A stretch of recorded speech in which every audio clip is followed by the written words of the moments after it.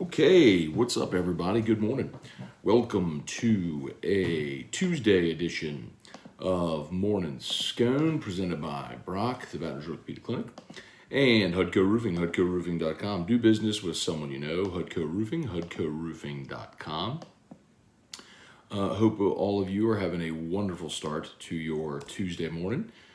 You know the drill. If you're on YouTube, do us a favor, subscribe up to the YouTube channel. And smash that like button if you haven't done so yet. Facebook, please like the Matt Moscona page and share this post. Of course, we always appreciate y'all being with us. Brian Kelly met with the media on Monday, and certainly of note, a lot of conversation about Mississippi State kind of turning the page to the Bulldogs, getting ready for this game. You know what was really interesting to me was hearing Brian Kelly talk about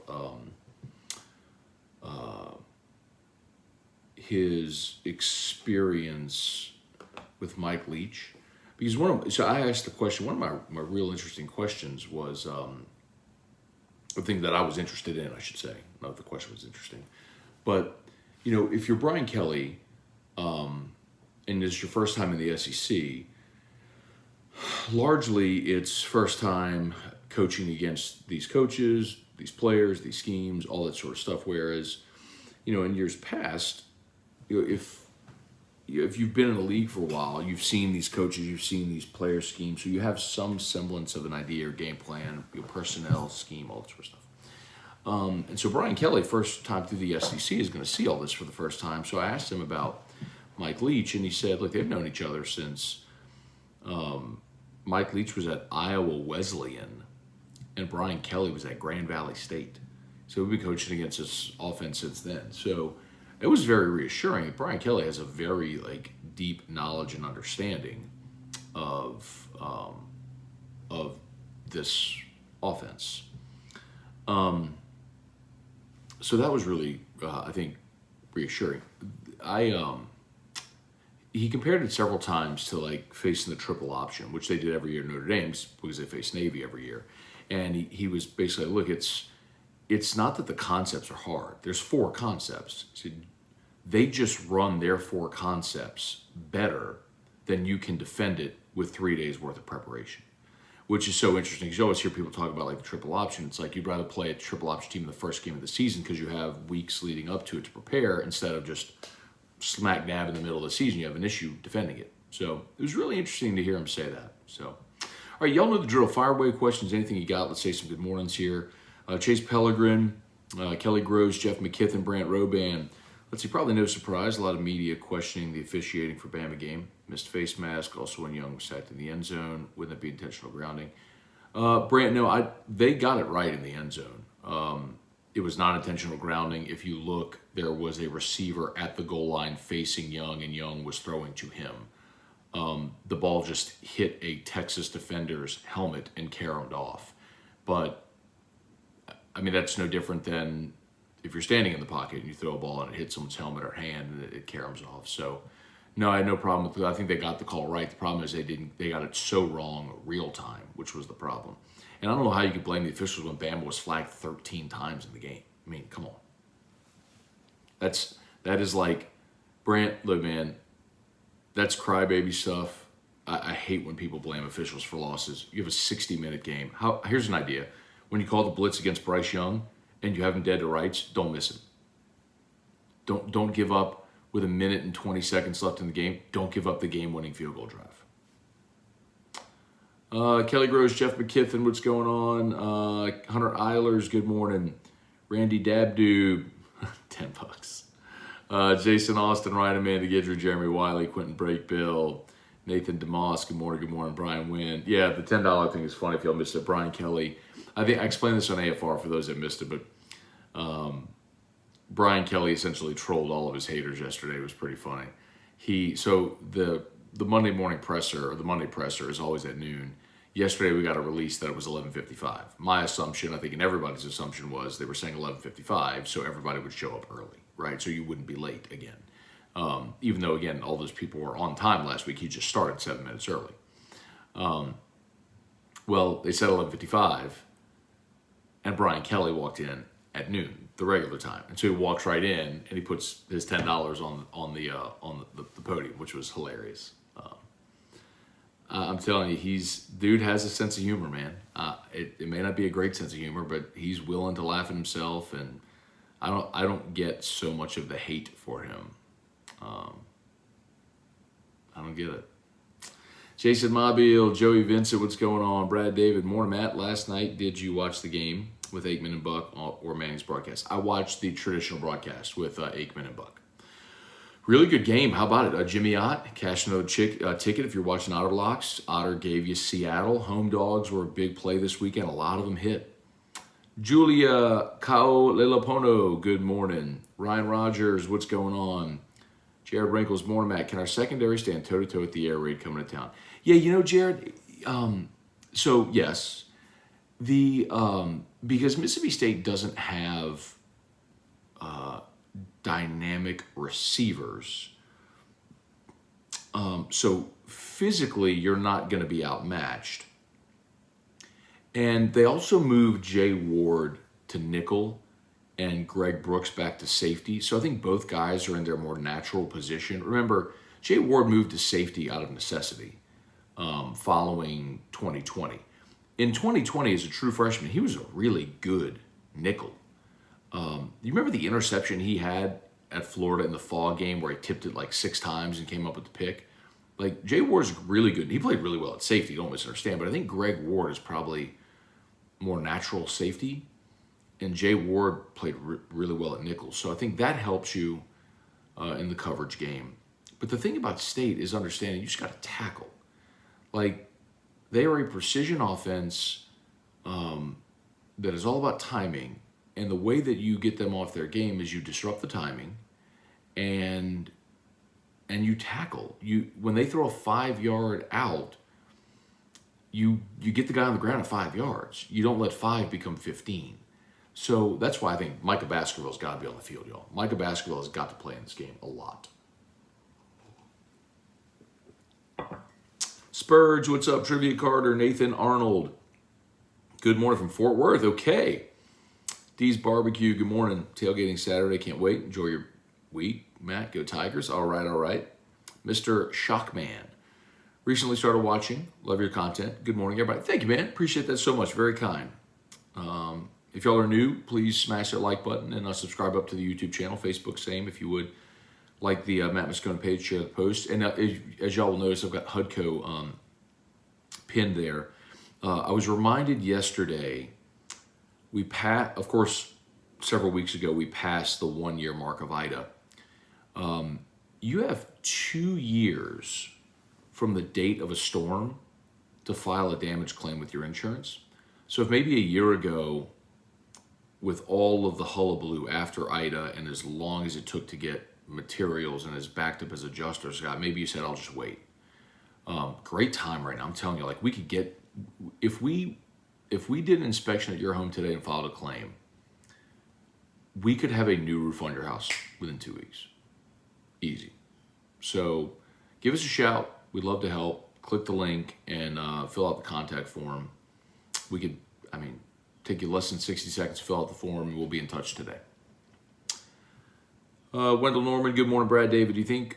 Who do you think would be a good fit for the Nebraska job? Yeah, I think Nebraska has to recognize what they are. Because you're not getting a sitting Power 5 coach to take that job. So if you're Nebraska, you need to go G5 and give them an opportunity to move up to the Power 5, or you're going coordinator. There's just no sitting Power 5 coach that's going to take that job. And honestly, the person they should hire is Hugh Freeze. Hugh Freeze has sort of been banished to Liberty, where he's having great success. He's still an amazing coach. That's who they should hire.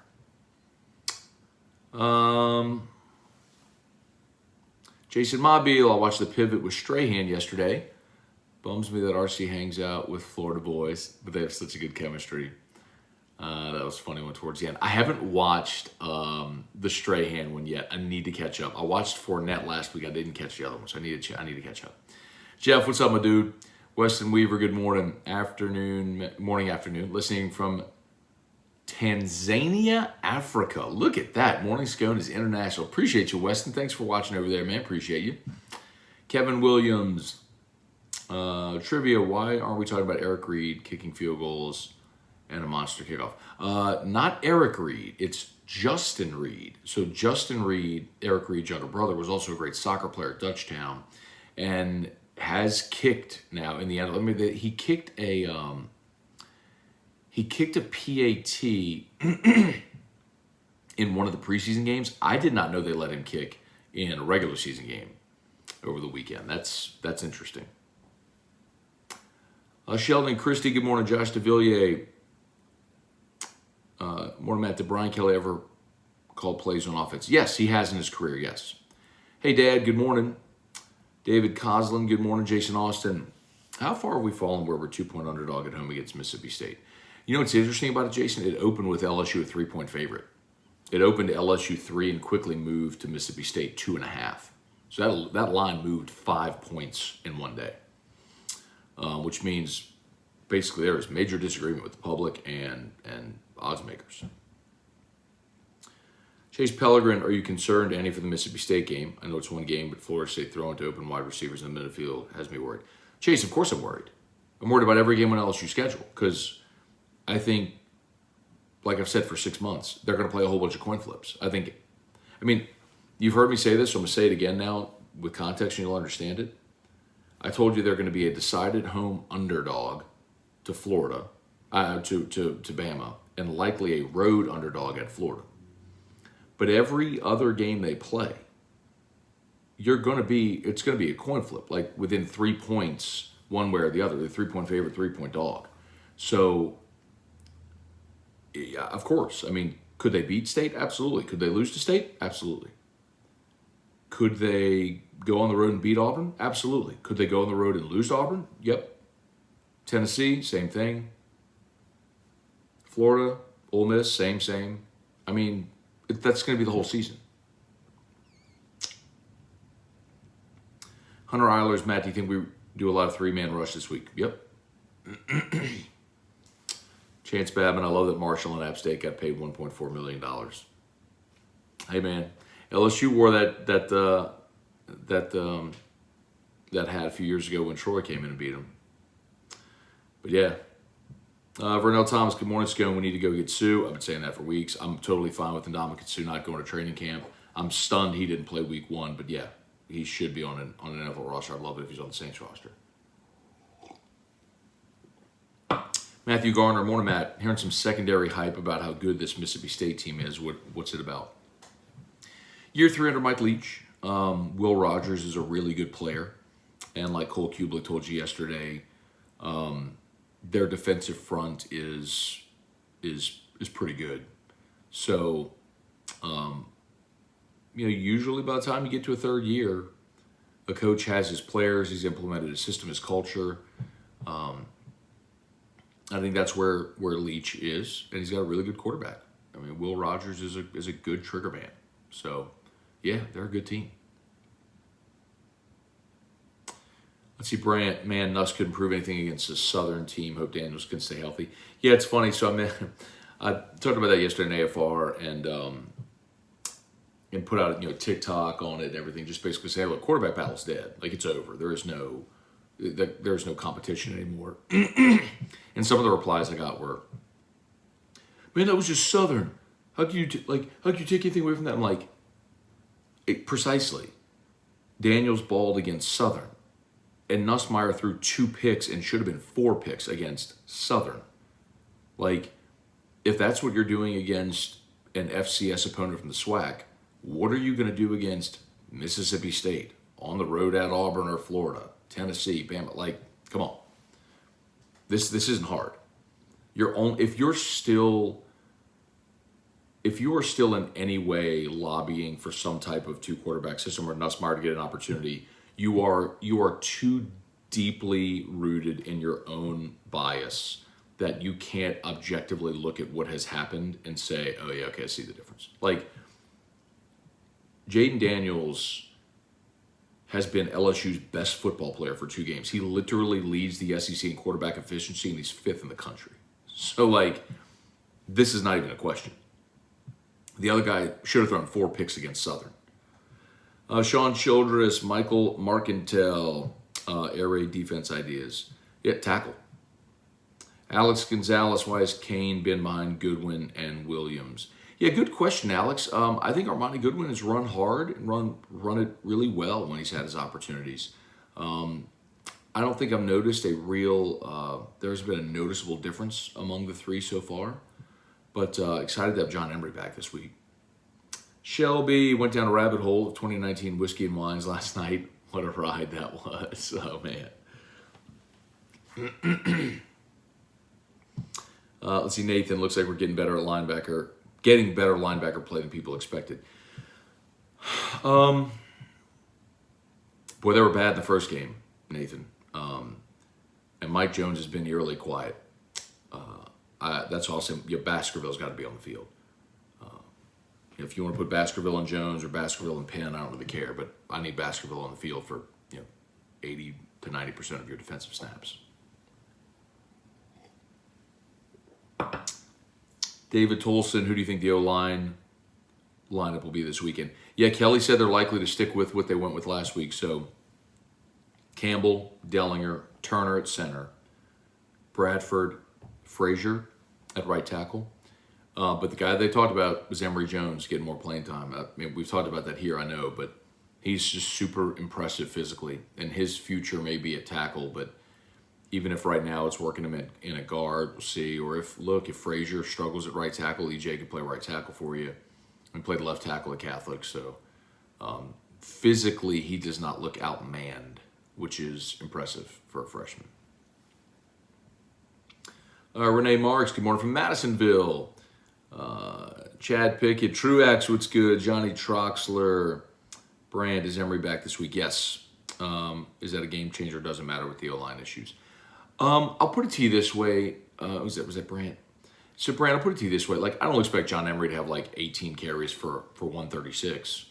But what you could see is because he's physically gifted, he could have the pop play, right? Where the seemingly 1 yard game becomes a 40-yard game. And that could be, maybe in a close game, the difference in the game. So that's where I would say, not that they would consistently establish a strong run game, but more so that Emory has the big play potential. Mark Allen, if you're keeping up with votes, I'm voting for Nightcap with Scone on Sunday night. Okay. Rapid Batches, what's going on? Matt rocking the Pawpaw shirt this morning. I didn't know Pawpaw shirt. What you talking about, dog? Ryan Rogers, really enjoyed the Sunday recap after the Saints game. Enjoy listening to you react to all the games. I know you can do that all the time, but when you do, it's fun. Appreciate that, man. Thanks for watching. Brian Penn, good morning from Rochester, New York. Okay, dude. Dominique Cottrell, Justin Reed replaced Butker since he was injured at the time. Oh, no kidding. Okay. Brian Williams, full-on cardiac cats this season, no doubt. It's going to be that kind of season, Brian. It will. Joel Sanchez, how bad can Notre Dame's record get? Not a lot of layups. Yeah, and especially since they lost their starting quarterback. Tyler Buckner's out for the year. Notre Dame, and that is one of the, look, I'll put it to you this way. One of the things, y'all, when we look at Brian Kelly's record at Notre Dame, one of the things that's most impressive about the double-digit win seasons, which a lot of people don't consider, but I'll point this out. Because they're an independent and don't play a conference schedule, they also don't schedule, like LSU, for example, has a Power 5 non-conference, 2 G5, and an FCS. So basically, what should be 3 layups. Here's Notre Dame's schedule this year. Ohio State, Marshall, there's your G5, which they lost. Cal, North Carolina, BYU, which is an independent but ranked 12th in the country. Stanford, UNLV, which is G5. Syracuse, Clemson, Navy, which is a traditional opponent. Boston College, USC. So if you want to count Navy as a G5, which I guess they are, they're in the American, but that's a traditional opponent that they play every year. Really, it's Marshall and UNLV. this year. My point is, in any given year, typically, a school would have 3 layups. Notre Dame will have those. Last year, they had Toledo as their G5. And then, I keep saying Navy, but Navy's on the schedule every year. So it's Florida State, Toledo, Purdue, Wisconsin, Cincinnati, Virginia. I guess Cincinnati's G5, but they were top 10 last year. Virginia Tech, USC, North Carolina, Navy, Virginia, Georgia Tech, Stanford. So you understand my point? Like, the fact that Kelly kept winning double-digit games against those schedules is even more impressive because he didn't have 3 layups on the schedule every year.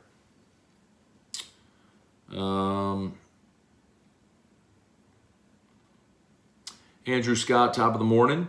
Brian Powell, Larry Garner, Brian Williams. Excited to see Emory get some action. Me too, man. Brian, dude's waited a long time, man. Sitting all of last year, persevering. He could have gone to the league after last season, just go as an undrafted free agent, take a flyer, try to make a team.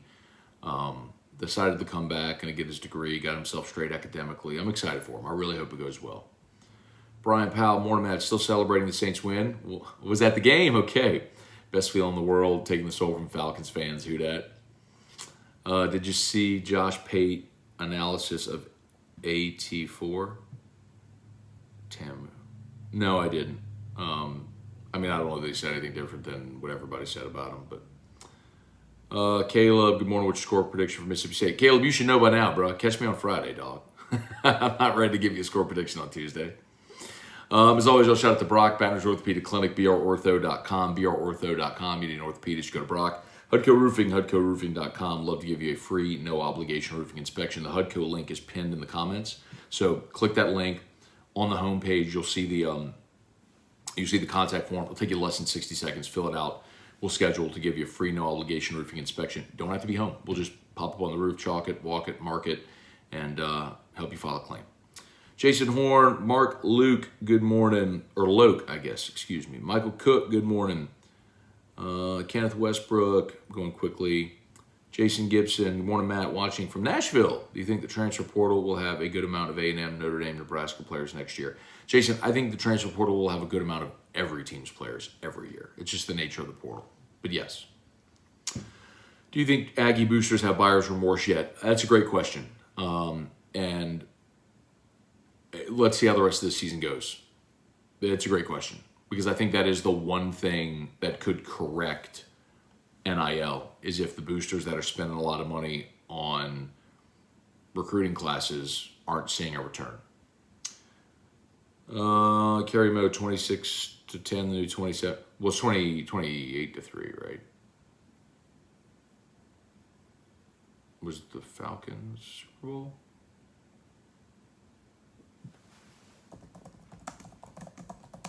It's 28-3, right? I'm not losing my mind, am I? Yeah, it was 28-3, okay. But yeah, look, you know what's funny, Kerry? Go look at, if you have Twitter, go look at Blaine Crane's Twitter. He had a screen grab of like 6 different games where the Falcons were way up late in games and lost. It's incredible. Mark, any info about umpire Mark Chapman? I saw that on LSU's social media. I do not have any info. Sunday rants are the best. Let's see, I got to get going, y'all. It's 7:58. Got to get going.